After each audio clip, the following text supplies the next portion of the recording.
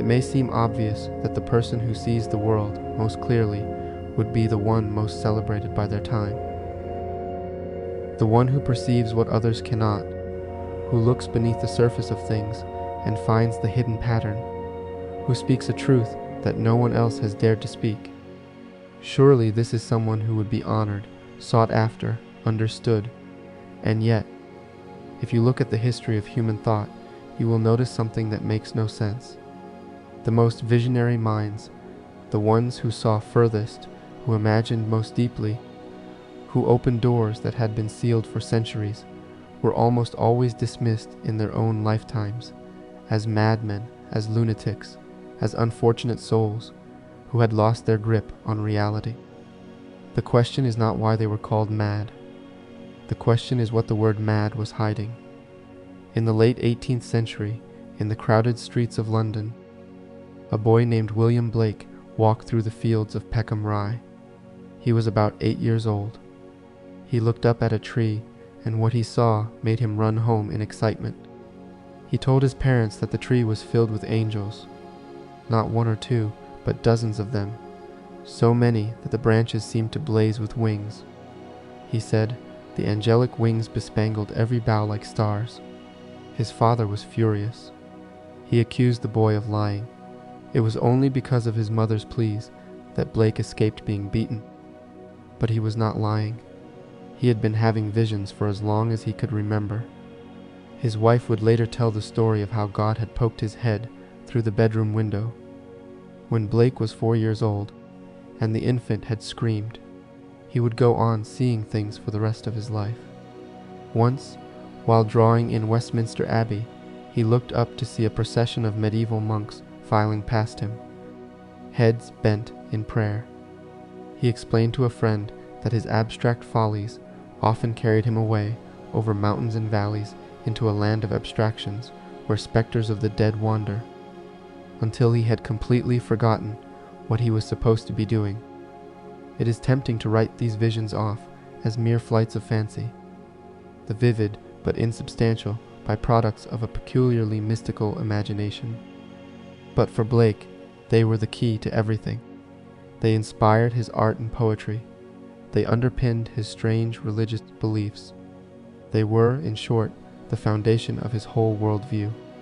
And for this, his contemporaries called him mad. The word mad is commonly defined as a state of mental illness, a break from rationality, a condition in which the mind no longer perceives the world as it is. But a more complete definition would include something we rarely acknowledge. In many cases, the word mad is not a medical diagnosis. It is a social verdict.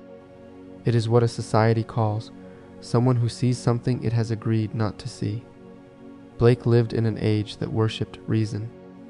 The Enlightenment had convinced his contemporaries that the world could be measured, weighed, categorized, and explained. Isaac Newton had shown that the universe operated like a machine, governed by laws that could be expressed in mathematical equations. For the educated classes of 18th century England, this was the highest form of knowledge. Anything that could not be measured was not real.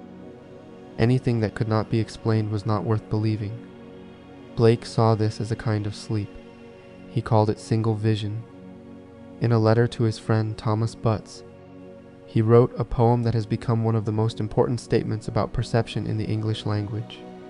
He wrote, "Now I a fourfold vision see, and a fourfold vision is given to me.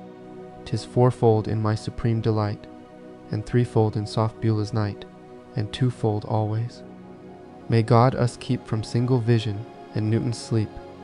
Single vision is what most people have.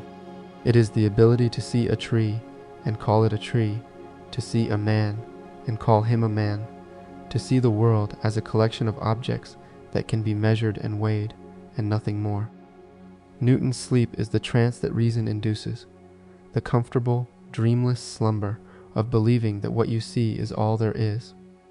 But Blake insisted that this was not seeing. It was blindness.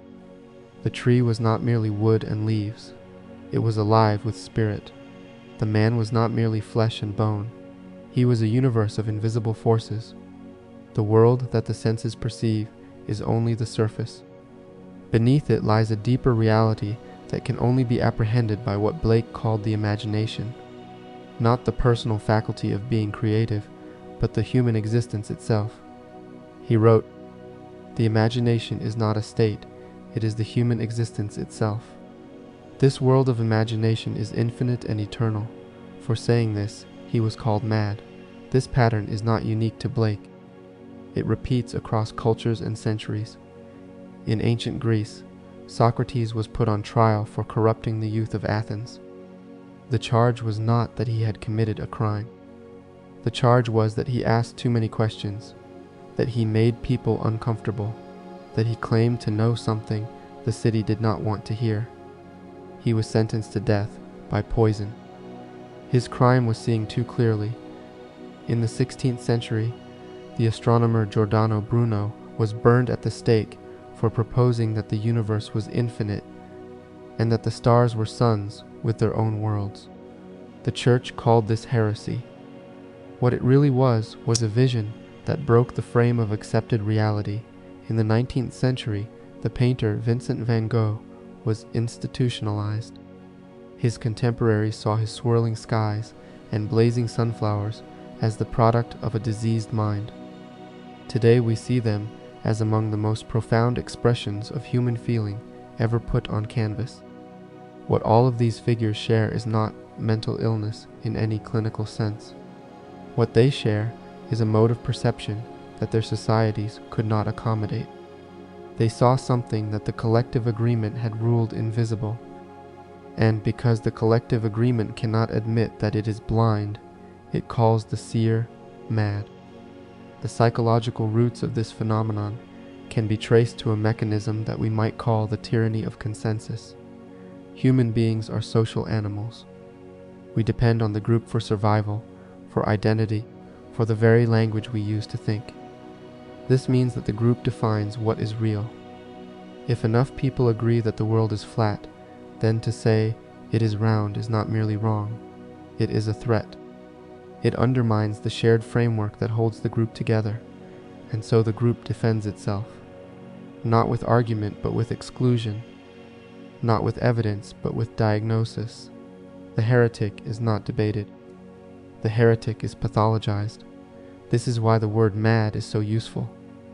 It does the work that reason cannot do. You do not have to prove that someone is wrong if you can prove that they are sick. You do not have to engage with their vision if you can dismiss it as a symptom. The label of madness is the ultimate social defense against the unbearable possibility that the visionary might be right. Blake understood this.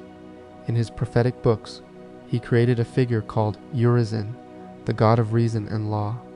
Urizen is depicted as a grim scientist, crouched over from the cosmos, constructing the earth with a pair of compasses. He is the deity of measurement, of boundaries, of the stony law that says this far and no further. Blake saw Urizen as the spirit of his age, the force that crushes imagination in favor of a religious system based on reason, that turns the infinite into the finite, that calls sleep waking and waking sleep. Urizen is not evil in the simple sense. He is necessary. Without boundaries there is no form. Without law there is no society. But when reason becomes tyranny, when measurement becomes the only kind of truth, then the soul suffocates, and the one who insists on breathing is called mad. Here is the paradox at the heart of this question. The visionary mind is not the opposite of the rational mind. It is the rational mind pushed to its limit and broken through. Blake did not reject reason. He rejected its tyranny. He wrote in The Marriage of Heaven and Hell, "As without contraries is no progression. Attraction and repulsion, reason and energy, love and hate are necessary to human existence. From these contraries spring what the religious call good and evil. Good is the passive that obeys reason. Evil is the active springing from energy. For Blake, any system that tries to give preference to one half of such a dichotomy does not admit the complexity and unity of human experience and is destined to failure. Such failure leads to oppression and tyranny by the elect half of the dichotomy, which turns its opposite into the reprobate. The visionary mind does not abandon reason. It transcends it. It sees that reason is a tool, not a prison. It sees that the world the senses perceive is real, but not final. It sees that there are more things in heaven and earth than are dreamt of in Newton's philosophy. And for this expanded perception, it pays a price. The price is loneliness. The price is poverty. The price is obscurity. Blake lived most of his life in humble circumstances, sometimes barely clear of poverty.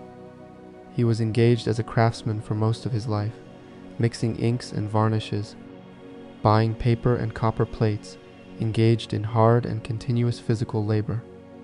His one-man exhibition in London in 1809 produced almost no sales and almost no visitors. A reviewer in the Examiner called him an unfortunate lunatic whose personal inoffensiveness secures him from confinement, and described his catalogue as a farrago of nonsense, unintelligibleness and egregious nonsense, the wild effusions of a distempered brain. Blake asked only that readers do me the justice to examine before they decide. Most readers voted against him, both then and now. And yet, the prophetic books that were called a madman's scrawls in his lifetime are now recognized as among the most original achievements in the history of English art. The songs of innocence and experience that earned him moderate acclaim while he lived are now read in every school in the English-speaking world. The vision that was dismissed as delusion has become the foundation of a new way of seeing. This is the pattern. The visionary is always too early. The madman is always ahead of his time. And the society that calls him mad is always, in the end, the one that was sleeping.